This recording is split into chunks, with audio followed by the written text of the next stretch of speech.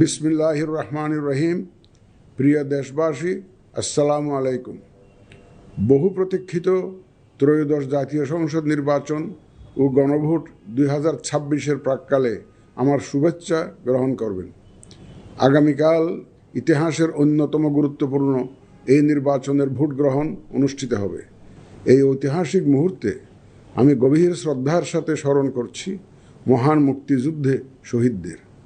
আরও স্মরণ করছি জুলাই গণ অভ্যুত্থানে শহীদদের, যাদের রক্তের বিনিময়ে আমরা আজ গণতান্ত্রিক উত্তরণের দ্বার প্রান্তে পৌঁছেছি। আমি তাদের রুহের মাগফিরাত কামনা করছি। আমি একই সাথে আহত জুলাই যোদ্ধাদের আশু আরোগ্য ও স্বাভাবিক জীবনের জন্য দোয়া করছি। প্রিয় দেশবাসী, এই নির্বাচনে ভোটদান আমাদের শুধু নাগরিক অধিকারই নয়, বরং দায়িত্ব। আমি আশা করি আপনারা সকলে সচেতনভাবে এই দায়িত্ব পালন করবেন।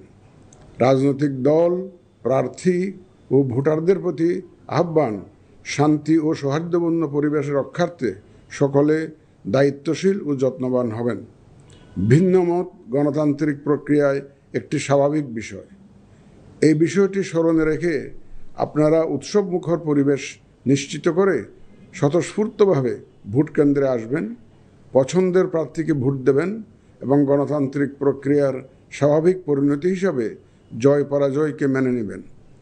ভোটার, প্রার্থী, নির্বাচন সংশ্লিষ্ট কর্মকর্তা, আইন প্রয়োগকারী সংস্থা, সাংবাদিক, পর্যবেক্ষক, সেবা প্রদানকারী সংস্থা ও ব্যক্তিসহ সংশ্লিষ্ট সকলের কাছে অনুরোধ, ব্যক্তিগত কষ্ট ক্লেশ তুচ্ছ করে জাতীয় নির্বাচনের এই মহতী ব্যবস্থাকে সহযোগিতা করে সার্থক করে তুলুন।